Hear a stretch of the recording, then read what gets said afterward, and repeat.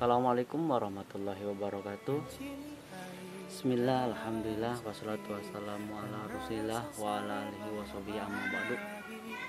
Puji dan syukur hanya milik Allah Subhanahu wa taala, yang mana masih memberikan kesempatan pada kita memberikan nikmat iman dan Islam sehingga kita bisa berkumpul di acara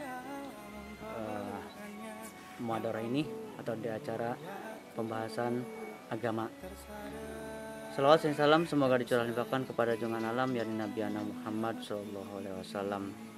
Anandaku kelas 7 yang saya cintai, serta anak-anak kelas 8 dan kelas 9 yang saya banggakan. Kali ini kita akan membahas sesuatu yang sangat mengejutkan atau sesuatu yang sangat mengherankan, di mana pada masa pandemi ini kita semua harus tetap senantiasa bersabar, harus tetap senantiasa bersyukur. Kenapa? Ternyata datangnya musibah dan tercegahnya musibah itu akibat ulah tingkah kita sendiri. Sebuah hadis qudsi mengatakan bahwa inni la ahimu bi ahlil ardi azaban fa iza nadortu ummari buyuti wal mutahabbina fiyya wal mustaghfirina bil ashar saraftu azabi anhum. Inni la ahimu bi ahlil ardi azaban, sesungguhnya aku ini akan menurunkan kepada penduduk bumi ini azaban, suatu siksa. Jadi sesungguhnya Allah itu sudah mau atau sudah pengen menurunkan azab.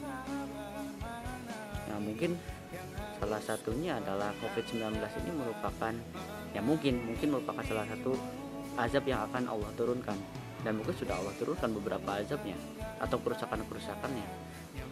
Fa idza nadortu ummari buyuti, tapi tatkala Allah melihat orang-orang yang senantiasa memakmurkan rumahku, dalam hal ini buyuti ini rumahku, atau kita bisa artikan masjid atau musola atau tempat ibadah, ini menyebabkan kemurkaan Allah berkurang, menyebabkan dicabutnya keinginan Allah untuk menurunkan azab itu. Maka anak-anakku sekalian, walaupun dalam masa pandemi seperti ini kita ada larangan untuk ke masjid atau larangan untuk beribadah di masjid, tidak apa-apa, tidak masalah. Tapi ketika kita ada kesempatan, bisa kita beribadah di masjid, bisa kita beribadah di mushola atau di tempat-tempat buyuti atau rumah-rumah Allah, maka lakukanlah, walaupun dengan melaksanakan protokol COVID-19. Walaupun kalian sholat pakai masker, lakukan saja. Walaupun kalian harus istilahnya menuntut ilmu harus super ketat, itu lakukan saja, tidak apa-apa. Yang penting ummari buyuti, kata Allah. Yang penting makmurkan rumahku, kata Allah. Yang penting makmurkan masjid, makmurkan mushola, makmurkan tempat-tempat ibadah Allah.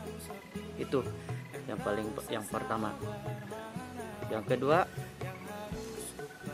wal mutahabbina fiyya.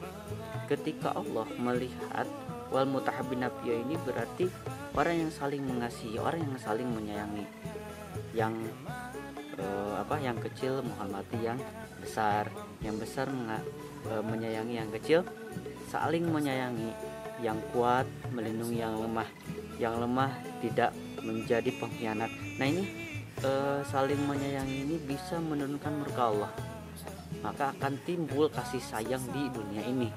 Saling menyayangi, tidak saling menjelek-jelekan, tidak saling mencari kelemahan, tidak saling mencari kesalahan orang lain, tapi saling menutupi, saling menjaga, saling bahu-membahu membuat perdamaian di bumi ini atau membuat ketenangan di muka bumi ini.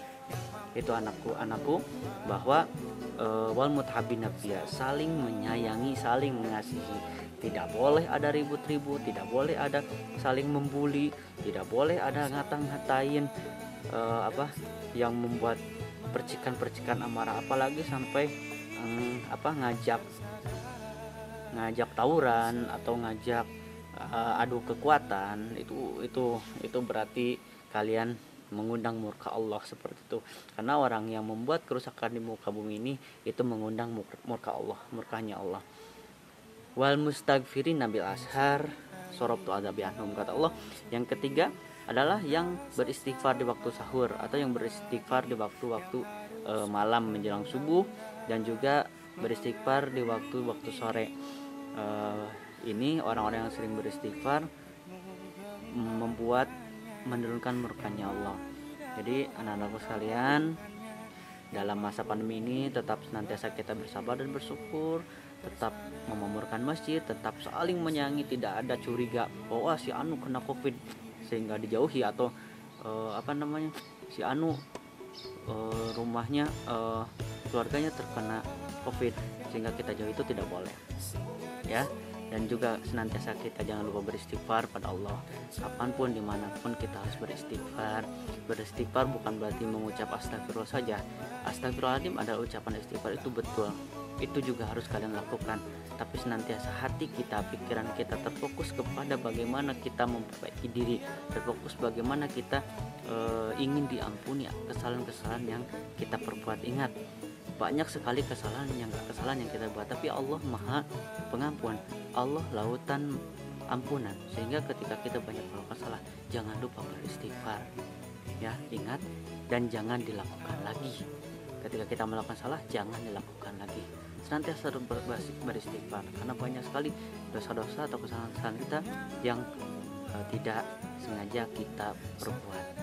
Daripada itu, orang sering beristighfar di waktu sahur dan ashar itu adalah bisa meredam murkanya Allah. Anak-anak sekalian, daripada itu, marilah kita sama-sama menjadi pribadi yang baik, pribadi yang soleh, sehingga kita menjadi bagian daripada peredam murkanya Allah. Jangan menjadi bagian pemancing murkanya Allah. Ingat, berbuat soleh, beramal soleh, kemudian saling menyayangi, hablum minallah, hablum minannas, dan beristighfar, maka kehidupan kalian akan lebih baik. Insya Allah Allah akan mencabut segala azab yang akan diturunkan ke muka bumi ini. Insya Allah pandemi ini juga, masalah ini akan segera Allah cabut ketika kita melakukan hal-hal yang tadi saya sebutkan. Nah, sekalian, mudah-mudahan banyak hikmah dan manfaat yang kita petik, khususnya buat kalian, umumnya buat kalian, khususnya buat saya pribadi. Bila bisa bil haq. Assalamualaikum warahmatullahi wabarakatuh.